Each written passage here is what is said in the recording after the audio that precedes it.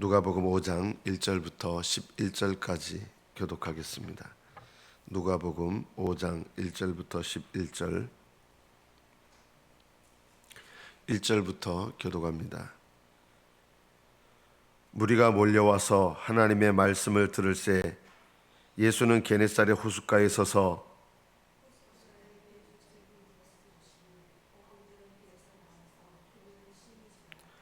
예수께서 한 배에 오르시니 그 배는 시몬의 배라. 육지에서 조금 떼기를 청하시고 앉으사 배에서 무리를 가르치시더니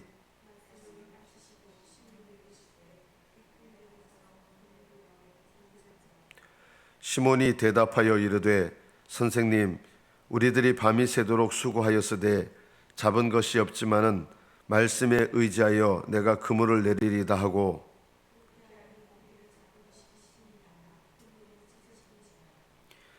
이에 다른 배에 있는 동무들에게 손짓하여 와서 도와달라 하니 그들이 와서 두 배의 채움에 잠기게 되었더라.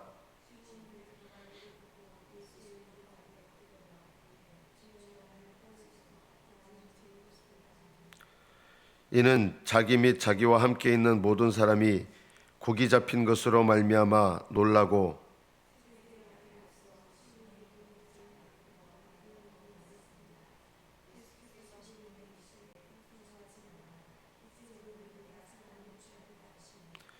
그들이 배들을 육지에 대고 모든 것을 버려두고 예수를 따르니라. 여기까지 받들어 읽겠습니다.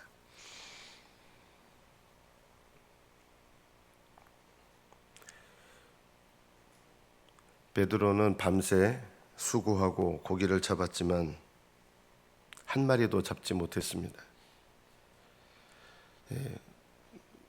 허탕치는 일이 있기는 한데 이렇게 한 마리도 못 잡는 일은 없었을 것입니다. 아마 어부 생활에서 아무리 이렇게 조항이 안 좋아도 이렇게 한 마리도 안 잡히는 때는 없었을 것입니다. 이것은 하나님께서 베드로에게 한 마리도 잡지 못하도록 역사하신 것입니다. 은혜를 베푸시기 위해서. 우연한 일이 아닙니다. 하나님께서 우리의 삶 속에 은혜를 베푸실 때 더 주셔서 은혜를 베푸시는 게 아니라 빈배가 되게 하셔서 은혜를 베푸십니다. 배에서 나와서 그물을 씻고 있는데 이 빈배가 되었기 때문에 일어난 일이 있습니다. 예수님께서 이 시몬 베드로의 배에 오르시게 됩니다. 만약에 빈배가 되지 않았으면 예수님이 베드로의 배에 오를 일이 없었을 것입니다. 여기 배는 내 신앙을 말합니다. 상징적으로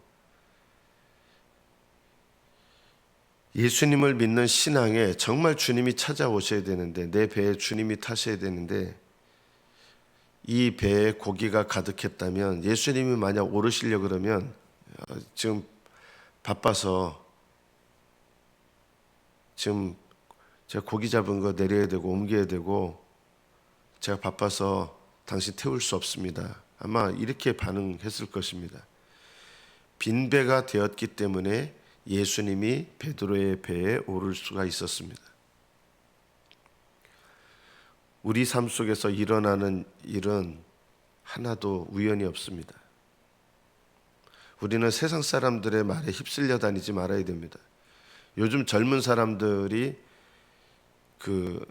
자주 쓰는 말이 있잖아요. 헬조선.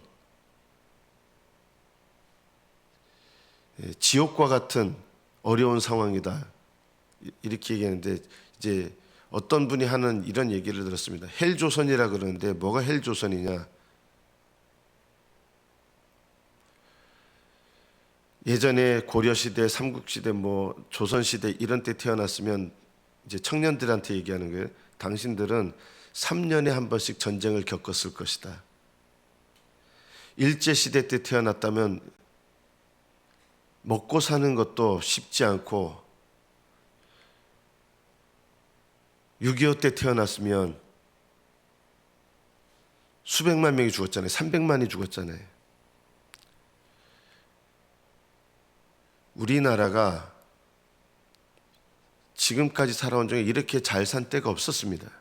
그런데 사람들은, 젊은이들도 이게 뭐 이해는 돼요. 일부 이해는 되는데 헬조선이라 그러는데 지금이 제일 잘 사는 때예요.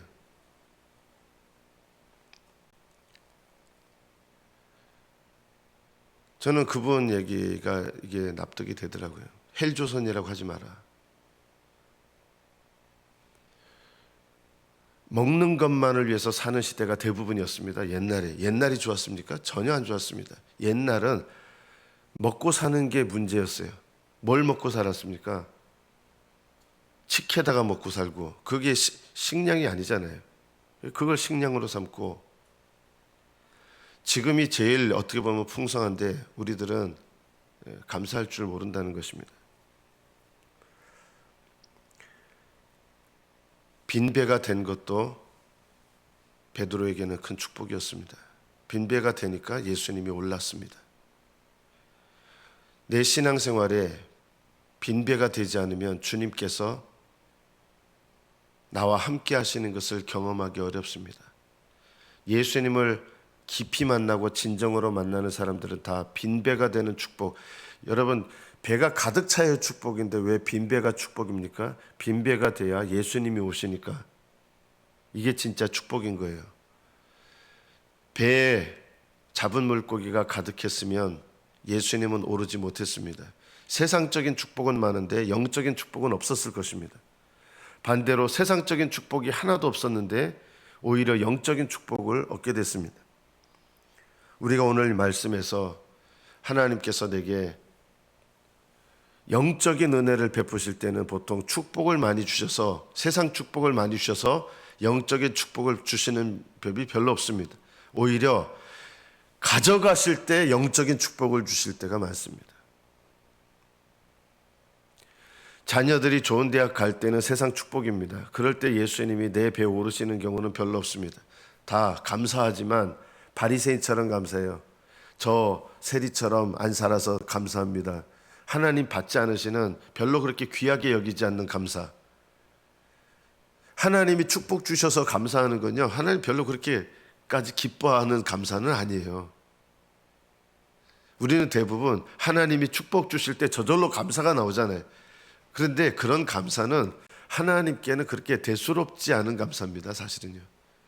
어떤 감사가 하나님께서 기억하시느냐, 오히려 빈배가 되었을 때 영적인 은혜와 축복을 내가 사모하고, 하나님께서 세상적인 축복은 내게 가져가시지만 그걸 통해서 영적인 축복을 주시는 거에 감사할 때, 그 감사야말로 하나님이 기뻐하시는 감사입니다. 그런 감사는 하늘에 쌓이는 감사입니다. 하나님이 축복 주셔서 감사하는 거는 쌓이지 않아요. 하늘에요. 그건 당연한 건데 그게 뭐가 쌓이겠습니까? 영적인 축복에 대해서 하나님께 감사할 때 하늘에 쌓이게 되고 하나님 기억하십니다. 제가 고등학교 때 제 후배 어머님이 권사님이었는데 대학교 떨어졌습니다. 그래서 감상금을 냈습니다. 아들이 대학교 떨어져서 감사합니다. 그 감사 기도 제목이 그거였어요. 요즘 그 우리들 교회에서 김양재 목사님이 붙으면 떨어지면 감사 이렇게 하잖아요. 떨어지면, 붙으면 회개, 떨어지면 감사. 그 권사님이 그 훨씬 옛날인데도 감사했어요.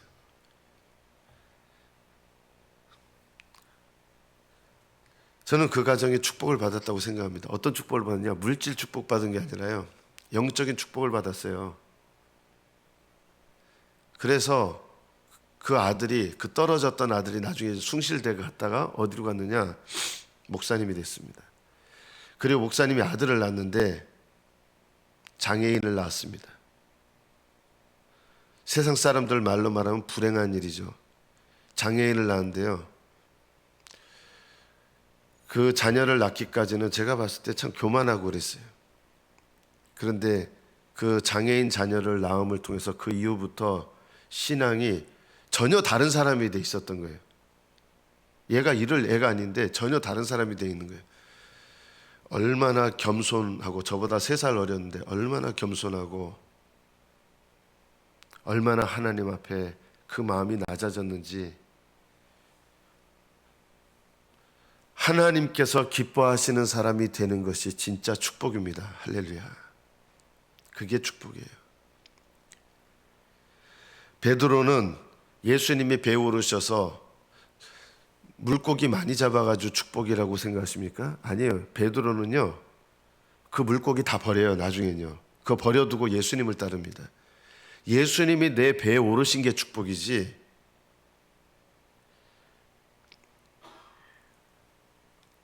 배에 오르신 예수님께서 말씀을 사람들한테 얘기하십니다. 그 배에서.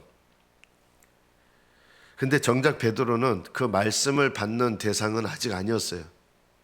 주님께서 내 배에 오르셨지만 그 말씀이 인격적으로 내게 오는 건 아니에요. 아직. 인격적으로 왔으면 이런 반응을 안 할 거예요. 예수님께서 깊은 데로 가서 그물을 내려 고기를 잡으라. 그러니까 예 하고 이렇게 간 거 아니에요.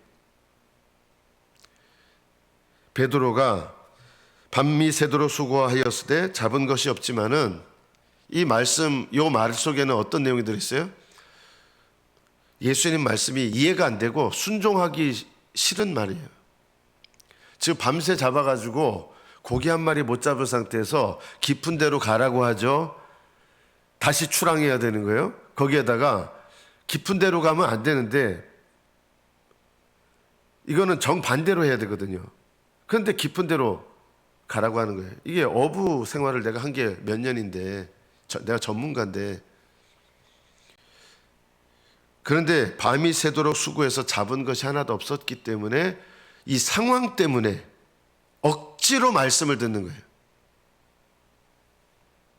말씀에 의지하여라는 말은요, 기꺼이 순종하겠습니다, 이런 마음이 전혀 아니에요. 그러면은 아마 여기 헬라어로 보면은 이제 어느 정도 나오는데, 카타토 레마타, 이렇게 돼. 카타라는 말을 썼을 거예요. 카타라는 말은 이게 기꺼이 따르는 거예요. 근데 에피토레마 이렇게 했어요. 이게 뭐냐면 기꺼이 따르는 말씀이 아닌 거예요, 지금. 근데 마지못해 따르는 거예요. 기분 나쁜 데 따르는 거예요. 부딪히는 데 따르는 거예요. 평소 같았으면 화내고 반박했을 거예요. 그런데 밤새도록 잡은 것이 없지만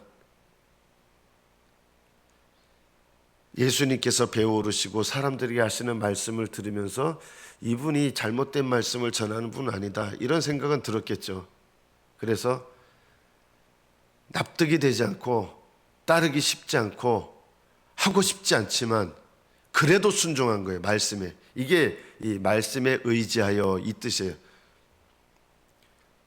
안 믿어지는데 따른 거예요. 여러분, 하나님은 억지로 순종하는 것도 순종으로 여기시고 은혜를 베푸세요. 억지로 순종한 거예요. 이게 납득이 안 되고 그래도 말씀을 따른 거예요. 그래도 말씀 따른 거예요. 안 믿어지는데 따른 거예요. 납득이 안 되는데 따른 거예요. 믿어지지 않는데 따른 거예요. 이런 순종을 통해서도 주님은 은혜를 베푸십니다. 우리 교회도 똑같아요. 제가 담임 목사로서 여러분에게 하라고 하신 거 있잖아요. 연습하라고 하신 거, 날마다. 뭐 하라고 했습니까? 맥케인 성경 읽기 하라고 했잖아요. 제가 뭐 일일이 누가 하시는지 안 하시는지 저 모르는데요. 이런 게 바로 억지로 순종이에요. 하기 싫은데 따르시는 분들은요, 이미 그 자체 믿음을 보세요. 이게 억지로 순종이에요. 목사님이 말하든 말든 억지로 순종도 안 하는 사람은 은혜 받을 길이 없어요. 베드로가 왜 그물 가득히 고기가 차는 하나님의 이런 기적과 은혜 역사를 보게 되느냐? 억지로 순종했기 때문에 은혜 받은 거예요. 억지로 순종하는 거예요. 기꺼이 순종하는 것은 더 좋은 순종이지만 우리가 하나님 앞에 처음 은혜를 받을 때는 기꺼이 순종이 되지 않아요. 말씀이 어떻게 기꺼이 순종이 됩니까? 아직 예수님이 누군지도 모르고 그냥 선생님 하는 이때예요. 주님이 아니에요. 그냥 선생님이에요. 이런 때 주님께서 우리에게 찾아오셔서 은혜를 베푸시는 처음 은혜는 보통 억지로 순종하는 말씀을 주시는 거예요. 억지로 순종케 하는 말씀을 억지로 순종해도 순종이다. 와가지고 쓸데없는 소리 하고 있어. 내가 전문가인데. 이러고 순종 안 했으면 아무 일도 안 일어나고 베드로의 인생이 바뀌는 역사도 없었어요. 물고기를 많이 잡는 축복 때문에 그런 게 아니에요. 베드로는 이 억지로 순종하는 걸 통해서 기적을 경험하고 그거 한 마리도 안 가져갔어요. 그거 버려두고 예수님을 쫓아요. 왜? 이걸 통해서 뭘 경험한 거예요? 왜 베드로는 할렐루야 안 했을까요? 할렐루야, 할렐루야. 이렇게 많은 물고기를 주시다니. 이렇게 하지 않았어요. 이 수많은 잡힌 물고기를 보자마자 베드로가 했던 말은 이겁니다. 아까 뭐라 그랬어요? 선생님이 했잖아요. 이제는 뭐라고 고백합니까? 선생님, 제가 밤이맛 새도록 잡은 것이 없지만 선생님이었는데 이 기적을 경험한 다음에 주여 나를 떠나소서, 나는 죄인이로소이다. 이 기적 앞에 뭘 경험한 거예요? 예수님이 누구신지 선생님에서 주님으로 바뀌었어요. 나를 떠나소서, 나는 죄인입니다. 이 축복을 보면서 뭘 깨달아요? 죄인인 걸 깨닫는 축복이에요. 저는 어떤 축복이 제일 가장 귀한 축복이냐? 내가 죄인임을 깨닫는 축복이 가장 큰 축복이다. 왜 그런지 아십니까? 심령이 가난한 자가 복이 있고 애통하는 자가 복이 있어요. 자기 죄에 대해서 애통하는 자. 내 죄를 깨닫는 것이 모든 복 중에 가장 귀한 복이에요. 내가 의가 없는 죄인이라는 걸 깨닫는 것, 흰옷이 없는 죄인이라는 걸 깨닫는 것, 그래서 내가 가난한 자를 깨닫는 거예요. 그리고 나의 죄에 대해서, 죄가 깨달아져서 내 죄에 대해서 슬퍼하고 애통합니다. 이게 팔복의 제일 첫 번째, 두 번째 가장 귀한 복 아닙니까? 저는 지금도 마찬가지다. 내 죄가 깨달아지는 축복이 가장 큰 축복입니다. 베드로는 이 축복을 버렸습니다. 세상 사람들 할렐루야 하고 엄청나게 잡았네, 할렐루야, 할렐루야, 감사합니다 이러고 있었을 텐데 베드로는 이 기적 앞에서 주여 나를 떠나십시오. 자기 죄가 깨달아진 거예요. 왜 깨달아졌을까요? 억지로 순종했는데요, 속으로는요 그 말씀에 대해서 비웃는 마음도 있었어요. 뭘 안다고 부딪히는 마음이 분명히 있었어요. 베드로 마음속에 예수님 말씀에 대해서 깊은 데로 가서 그물을 던지라, 예수님 말씀에 부딪혔는데 그래도 부딪힘에도 불구하고 순종한 거예요. 대부분 어떻게 하는지 아세요? 부딪히면요 내가 왜 들어야 되는데? 이렇게 반응하거든요. 말씀이 부딪히면요 깊은 데 가서 그물 던지라고? 그리고 또 나가라고 나한테? 그러나 베드로는 이걸 다 했어요. 속에 어떤 마음이었겠어요? 기꺼이 했겠어요? 아니에요. 불만스러운 마음이 있었어요. 그러나 억지로 제가 하겠습니다, 이런 뜻이에요. 선생님이 말씀하셨으니 저는 억지로라도 순종하겠습니다. 그런데 억지로 순종하는, 말씀에 순종하는 이것을 순종으로 여기시고 은혜의 역사를 베푸신 거예요. 하나님께서 여러분의 삶에 은혜를 언제 주시는지 아십니까? 기꺼이 순종이 돼서 순종하는 것은 이미 은혜의 상태로 들어왔으니까 그게 되는 거고, 은혜의 상태에 있지 않을 때 하나님께서 나에게 은혜를 베푸시는 방식이 뭐냐? 기꺼이 순종이 되지 않는 말씀을 내게 주시는 거예요. 그러나 그럼에도 불구하고 그 말씀에 순종하는 것, 이걸 통해서 하나님은 은혜를 베푸십니다. 저는 우리 교우들 중에요, 목사를 통해서 목사가 큐티인 하십시오 날마다 이 말씀에 순종하시는 분들은 저는 은혜 받을 거라고 확신합니다. 왜냐하면 그게 억지로 순종이기 때문이에요. 은연중에 코웃음 치시고 순종 안 하시는 분들은요 하나님이 나와 가까이 하시는 은혜를 경험하기 어려워요. 이 작은 말씀도 순종이 안 되는데 기꺼이 순종되는 말씀이 어떻게 임하겠습니까? 하나님께서 내게 기꺼이 순종되는 말씀을 임하게 하시는 때는 언제 하시느냐? 억지로 순종케 하는 말씀을 내게 주셔서 그 말씀에 순종하는 그 믿음이 되게 하신 다음에 그 다음에는 기꺼이 순종하게 하시는 거예요. 베드로에게 나를 따라오너라. 그 다음에 어떻게 했어요? 기꺼이 순종한 거예요. 예수님 말씀하셨을 때 억지로 순종하지 않았어요.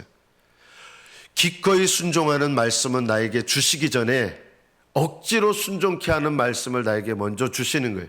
기도가 안 돼도 기도하셔야 돼요. 그랬어요. 억지로 내가 기도하면 무슨 소용이 있습니까? 아니에요.